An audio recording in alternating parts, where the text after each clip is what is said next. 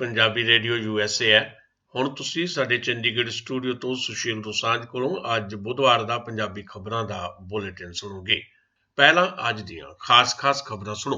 पंजाब विच हर रोज़ वध रही है कोरोना वायरस नाल मरण वालिआं दी तादाद।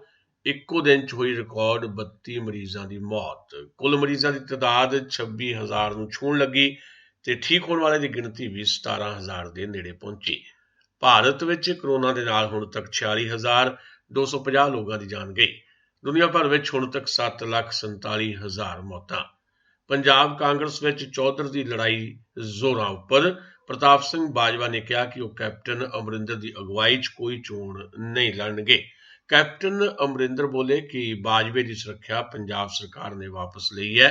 पंजाब सरकार वालों विद्यार्थियों को स्मार्ट फोन वंडने शुरू। बंगलौर में विधायक के घर ते हमला। भड़की हुई भीड़ ते पुलिस की फायरिंग। 3 जणियां की जान गई।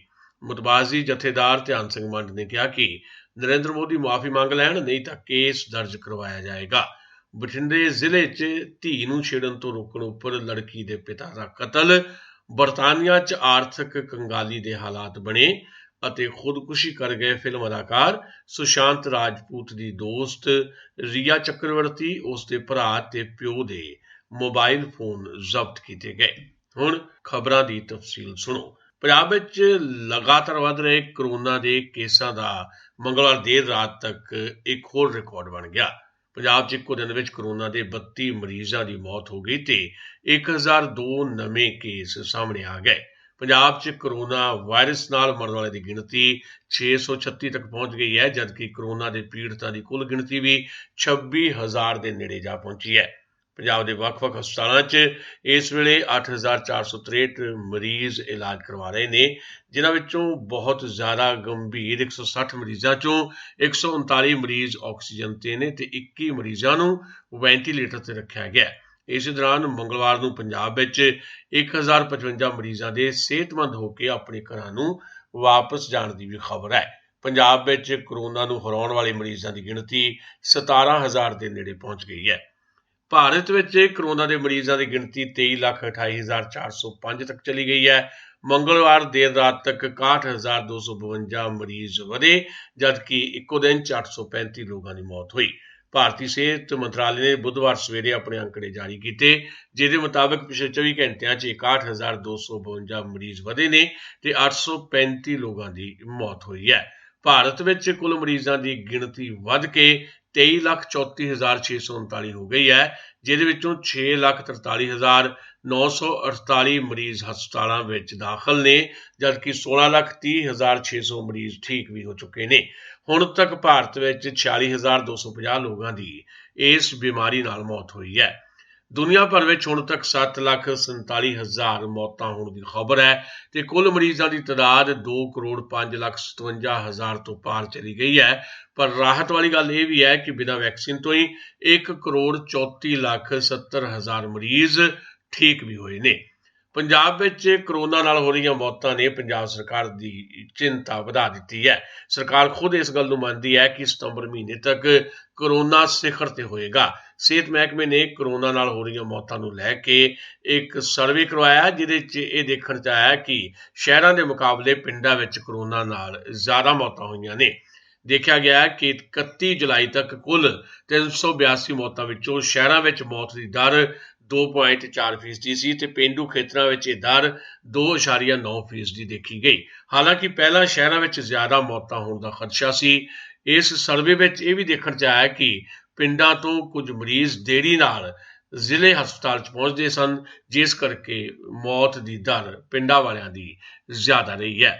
पंजाब की सियासत विच इन्हीं दिनी काफ़ी गर्मी आई हुई है। पंजाब के 3 जिलिਆਂ अमृतसर, गुरदासपुर ते तरनताਰਨ विच ਜ਼ਹਿਰੀਲੀ शराब के नाल 125 मौतों तो बाद विरोधी पार्टियां तो हमलावर होईआं ही, कांग्रेस पार्टी विच भी धड़ेबाजी साफ नजर आउण लग पई। पार्टी के राज सभा के मैंबर प्रताप सिंह बाजवा के तेवर काफ़ी तिखे दिखाई दे रहे हैं। उन्होंने एक पासे हाई कमांड के कोलों मुख मंत्री कैप्टन अमरिंदर सिंह ते पंजाब कांग्रेस के प्रधान सुनील जाखड़ नूं हटाउण की मांग की है। दूजे पासे चंडीगढ़ यूटी के DGP नूं चिट्ठी लिख के अपने ते अपने परिवार के किसी भी तरह के नुकसान होने ते उहदे लई पंजाब के DGP दिनकर गुप्ता नूं जिम्मेवार ठहराया। प्रताप सिंह बाजवा ने सुरक्षा वापस लैण के फैसले की प्रतिक्रिया के तौर पर यह गल्लां कीतियां ने। इस दौरान प्रताप सिंह बाजवा ने यह भी दावा किया कि पंजाब विच कांग्रेस पार्टी के 90% विधायक मुख्यमंत्री कैप्टन अमरिंदर सिंह ते पंजाब कांग्रेस के प्रधान सुनील जाखड़ के खिलाफ ने। हाईकमान इन्हां नूं तुरंत अहुदियां तो ला देवे, नहीं तो पंजाब विच कांग्रेस पार्टी का भोग पै जाएगा। उन्होंने कहा कि मामले की गंभीरता नूं देखदिआं हाईकमान किसी एक आगू की पिठ ते थापी मार देवे तां जो विधायकों वास्ते भी तस्वीर साफ हो जाए। जेकर कैप्टन अमरिंदर नूं फिर तो थापी दे दी गई तो 2022 तक खेड खत्म हो जाएगी। उन्होंने नाल ही कहा कि वह कैप्टन की अगुवाई में कोई भी चोण नहीं लड़नगे। इस दौरान सुरक्षा के मुद्दे ते पंजाब के मुख्यमंत्री कैप्टन अमरिंदर सिंह का कहना है कि प्रताप सिंह बाजवा की सुरक्षा हटाने का फैसला उन्होंने यानी पंजाब सरकार ने लिया। उन्होंने कहा कि प्रताप सिंह बाजवा वालों पंजाब पुलिस के मुखी उपर शब्दी हमला करना कांग्रेस पार्टी के सिद्धांतों के खिलाफ है। जेकर प्रताप सिंह बाजवा को कोई शिकायत सी तो मैनू चिट्ठी लिख दे जां दिल्ली में जाके पार्टी हाईकमान के कोल शिकायत कर दे।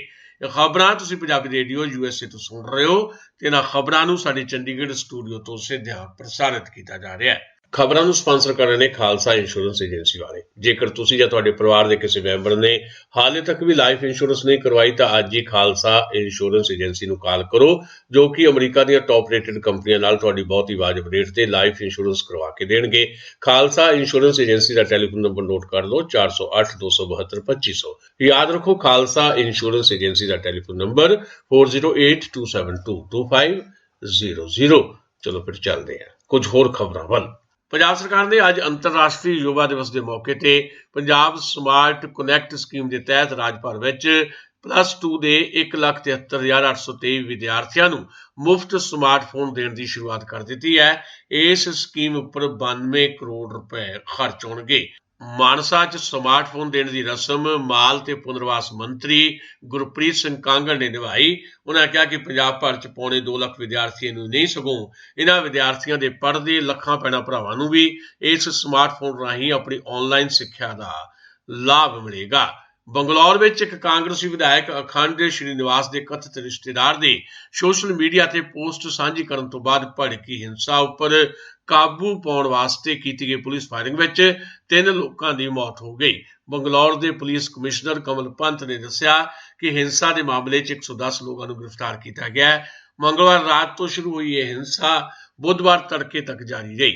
इस दौरान 50 पुलिस मुलाजमान समेत बहुत सारे लोग जख्मी हुए। मंगलवार रात को भड़के लोगों ने थाने और कांग्रेस के विधायक की रिहायश की भन्न तोड़ की। श्री पंत ने कहा कि कथित सोशल मीडिया पोस्ट करने वाले नवीन नां के नौजवान को गिरफ्तार कर लिया गया। उन्होंने अमन अमान की अपील की। मुख्यमंत्री BS येदियुरप्पा ने कहा कि विधायक अखंड श्रीनिवास मूर्ति के घर और थाने उपर हमला और दंगे निंदणयोग ने। सरबत खालसा वालों थापे गए मुतवाजी जथेदार भाई ध्यान सिंह मंड ने अज हरमंदिर साहब के बाहरों गुरमता जारी करके प्रधानमंत्री नरेंद्र मोदी और साबका जथेदार ज्ञानी इकबाल सिंह नूं विवादग्रस्त बयानों के मामले में स्पष्टीकरण देने वास्ते आख्या। ज्ञानी इकबाल सिंह ने सिख भाईचारे नूं लव ते कुश दे वंशज दस्सिया सी, जबकि प्रधानमंत्री ने आख्या सी कि गुरु गोबिंद सिंह ने गोविंद रामायण लिखी है। ये दोवें बयान राम मंदिर भूमि पूजन समय दिते गए। मुतवाजी जथेदार ने ज्ञानी इकबाल सिंह कहा कि वह 20 अगस्त तक इस मामले बारे अकाल तख्त साहब से पेश होकर अपना स्पष्टीकरण देण। प्रधानमंत्री नरेंद्र मोदी ने उन्होंने आख्या कि वह 15 दिनों च अपना बयान वापस लै लैण ते सिख कौम को माफी मंग लैण। जे वह अजिहा नहीं करते तो नवा गुरमता करके सिख संगत नूं उन्होंने खिलाफ धारा 295 के हेठां केस दर्ज करवाउण वास्ते आख्या जाएगा। बठिंडा जिले पिंड बलहाड़ महमा च बीती रात कोई 9:30 बजे 6 व्यक्तियों वालों तेज हथियारों के नाल भोला सिंह पुत्र लक्ष्मण सिंह नूं मौत के घाट उतार दिता गया ते उसकी घर की भन्न तोड़ की गई। थाना नईयावाला के मुखी ने दस्सिया कि कथित दोषी मृतक भोला सिंह के घर बीती रात कंध टप के दाखिल होए ते भोला सिंह की लड़की नाल छेड़छाड़ करने की कोशिश की। जदों भोला सिंह ते उसके बेटे जगमीत सिंह ने इसका विरोध किया तो नौजवानों ने कापे ते लोहे के पाइपां दे नाल हमला बोलिया ਤੇ ਭੋਲਾ ਸਿੰਘ ਦੀ ਗਰਦਨ ਤੇ ਵਾਰ ਕੀਤੇ, ਜਿਸ ਕਾਰਨ ਭੋਲਾ ਸਿੰਘ ਦੀ ਮੌਕੇ ਤੇ ਮੌਤ ਹੋ ਗਈ। ਉਸ ਦੀ ਪਤਨੀ ਗੰਭੀਰ ਜ਼ਖਮੀ ਹੈ, ਜਿਸ ਨੂੰ ਹਸਪਤਾਲ ਵਿੱਚ ਭਰਤੀ ਕਰਵਾਇਆ ਗਿਆ ਹੈ। ਹਰਪ੍ਰੀਤ ਸਿੰਘ ਵਾਸੀ ਮਹਿਰਾਜ ਅਤੇ ਸੁਰਜੀਤ ਸਿੰਘ ਵਾਸੀ ਬਲਹਾੜ ਮਹਿਮਾ ਦੇ ਖਿਲਾਫ ਕੇਸ ਦਰਜ ਕੀਤਾ ਗਿਆ ਹੈ। ਬਰਤਾਨੀਆ ਵਿੱਚ ਕੋਰੋਨਾ ਵਾਇਰਸ ਕਾਰਨ ਲਾਗੂ ਕੀਤੀ ਗਈ ਤਾਲਾਬੰਦੀ ਕਰਕੇ ਦੂਜੀ ਤਿਮਾਹੀ ਵਿੱਚ GDP ਵਿੱਚ 20.4% ਦੀ ਗਿਰਾਵਟ ਆਈ ਹੈ, ਜਿਸ ਨਾਲ ਬਰਤਾਨੀਆ ਆਰਥਿਕ ਸੰਕਟ ਦੇ ਕਗਾਰ ਤੇ ਪਹੁੰਚ ਗਿਆ ਹੈ। ਕੌਮੀ ਅੰਕੜਾ ਵਿਭਾਗ ਮੁਤਾਬਕ ਸਾਲ 2020 ਦੀ ਪਹਿਲੀ ਤਿਮਾਹੀ ਵਿੱਚ ਆਰਥਿਕਤਾ ਦੇ ਵਿੱਚ 2.2% ਦੀ ਗਿਰਾਵਟ ਆਈ ਸੀ। ਬਰਤਾਨੀਆ ਦੇ ਵਿੱਤ ਮੰਤਰੀ ਰਿਸ਼ੀ ਸੁਨਕ ਨੇ ਕਿਹਾ ਕਿ ਇਹ ਮੁਸ਼ਕਲ ਵਕਤ ਹੈ, ਬਹੁਤ ਸਾਰੇ ਲੋਕਾਂ ਨੇ ਨੌਕਰੀਆਂ ਗਵਾ ਲਈਆਂ ਨੇ ਤੇ ਭਵਿੱਖ ਵਿੱਚ ਵੀ ਹੋਰ ਬਹੁਤ ਸਾਰੀਆਂ ਨੌਕਰੀਆਂ ਜਾ ਸਕਦੀਆਂ ਨੇ। ਬਾਲੀਵੁੱਡ ਅਦਾਕਾਰ ਰਹੇ ਮਰਹੂਮ ਸੁਸ਼ਾਂਤ ਸਿੰਘ ਰਾਜਪੂਤ ਦੇ ਸਬੰਧ ਵਿੱਚ ਮਨੀ ਲਾਂਡਰਿੰਗ ਮਾਮਲੇ ਦੀ ਜਾਂਚ ਕਰ ਰਹੇ ਇਨਫੋਰਸਮੈਂਟ ਡਾਇਰੈਕਟੋਰੇਟ ਨੇ ਫਿਲਮ ਅਦਾਕਾਰਾ ਤੇ ਮਰਹੂਮ ਸੁਸ਼ਾਂਤ ਸਿੰਘ ਰਾਜਪੂਤ ਦੀ ਮਹਿਲਾ ਦੋਸਤ ਰੀਆ ਚੱਕਰਵਰਤੀ, ਉਸ ਦੇ ਭਰਾ ਸ਼ੋਭਿਕ ਤੇ ਉਸ ਦੇ ਪਿਤਾ ਇੰਦਰਜੀਤ ਦੇ ਮੋਬਾਈਲ ਫੋਨ ਜ਼ਬਤ ਕਰ ਲਏ ਨੇ। ਇਨਫੋਰਸਮੈਂਟ ਡਾਇਰੈਕਟੋਰੇਟ ਨੇ ਆਪਣੀ ਪੜਤਾਲ ਲਈ ਇਹਨਾਂ ਤੋਂ ਹੋਰ ਇਲੈਕਟ੍ਰੋਨਿਕ ਯੰਤਰ ਵੀ ਲੈ ਲਏ ਨੇ। ਖਾਸ ਖਬਰਾਂ ਇੱਕ ਵਾਰੀ ਫੇਰ ਸੁਣੋ। ਪੰਜਾਬ ਵਿੱਚ ਹਰ ਰੋਜ਼ ਵਧ ਰਹੀ ਹੈ ਕੋਰੋਨਾ ਵਾਇਰਸ ਨਾਲ ਮਰਨ ਵਾਲਿਆਂ ਦੀ ਤਾਦਾਦ। ਇੱਕੋ ਦਿਨ 'ਚ ਹੋਈ ਰਿਕਾਰਡ 32 ਮਰੀਜ਼ਾਂ ਦੀ ਮੌਤ। ਕੁੱਲ ਮਰੀਜ਼ਾਂ ਦੀ ਤਾਦਾਦ 26,000 ਨੂੰ ਛੂਹਣ ਲੱਗੀ। ਠੀਕ ਹੋਣ ਵਾਲੇ ਦੀ ਗਿਣਤੀ ਵੀ 17,000 ਦੇ ਨੇੜੇ ਪਹੁੰਚੀ। ਭਾਰਤ ਵਿੱਚ ਕੋਰੋਨਾ ਦੇ ਨਾਲ ਹੁਣ ਤੱਕ 46,250 ਲੋਕਾਂ ਦੀ ਜਾਨ ਗਈ।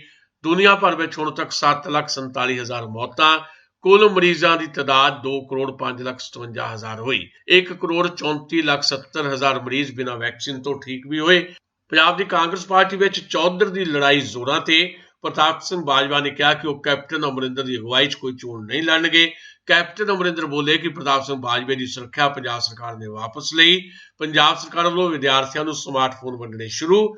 ਬੰਗਲੌਰ 'ਚ ਇੱਕ ਵਿਧਾਇਕ ਦੇ ਘਰ ਤੇ ਹਮਲਾ, ਭੜਕੀ ਹੋਈ ਭੀੜ ਤੇ ਪੁਲਿਸ ਦੀ ਫਾਇਰਿੰਗ, 3 ਜਣਿਆਂ ਦੀ ਜਾਨ ਗਈ। ਮੁਤਵਾਜ਼ੀ ਜਥੇਦਾਰ ਧਿਆਨ ਸਿੰਘ ਮੰਡ ਨੇ ਕਿਹਾ ਕਿ ਨਰਿੰਦਰ ਮੋਦੀ ਮੁਆਫੀ ਮੰਗ ਲੈਣ, ਨਹੀਂ ਤਾਂ ਕੇਸ ਦਰਜ ਕਰਵਾਇਆ ਜਾਏਗਾ। ਬਠਿੰਡੇ ਜ਼ਿਲ੍ਹੇ 'ਚ ਬੇਟੀ ਨੂੰ ਛੇੜਨ ਤੋਂ ਰੋਕਣ ਤੇ ਲੜਕੀ ਦੇ ਪਿਤਾ ਦਾ ਕਤਲ। ਬਰਤਾਨੀਆ 'ਚ ਆਰਥਿਕ ਕੰਗਾਲੀ ਦੇ ਹਾਲਾਤ ਬਣੇ ਅਤੇ ਖੁਦਕੁਸ਼ੀ ਕਰ ਗਏ ਫਿਲਮ ਅਦਾਕਾਰ ਸੁਸ਼ਾਂਤ ਰਾਜਪੂਤ ਦੀ ਦੋਸਤ ਰੀਆ ਚੱਕਰਵਰਤੀ, ਉਸ ਦੇ ਭਰਾ ਤੇ ਪਿਓ ਦੇ ਮੋਬਾਈਲ ਫੋਨ ਜ਼ਬਤ ਕੀਤੇ ਗਏ। ਇਹ ਸਨ ਸਾਡੀਆਂ ਅੱਜ ਦੀਆਂ ਖਬਰਾਂ। ਤਾਜ਼ਾ ਖਬਰਾਂ ਲਈ ਕੱਲ ਇਸੇ ਵਕਤ ਆਪਣੀ ਫਿਰ ਮੁਲਾਕਾਤ ਹੋਏਗੀ। ਹੁਣ ਦਿਓ ਸੁਸ਼ੀਲ ਰਸਾਈ ਨੂੰ ਆਗਿਆ। ਪੰਜਾਬੀ ਰੇਡੀਓ USA ਦੇ ਸਰੋਤਿਆਂ ਲਈ ਬਹੁਤ ਬਹੁਤ ਸ਼ੁਭ ਸ਼ਾਮਾਂ।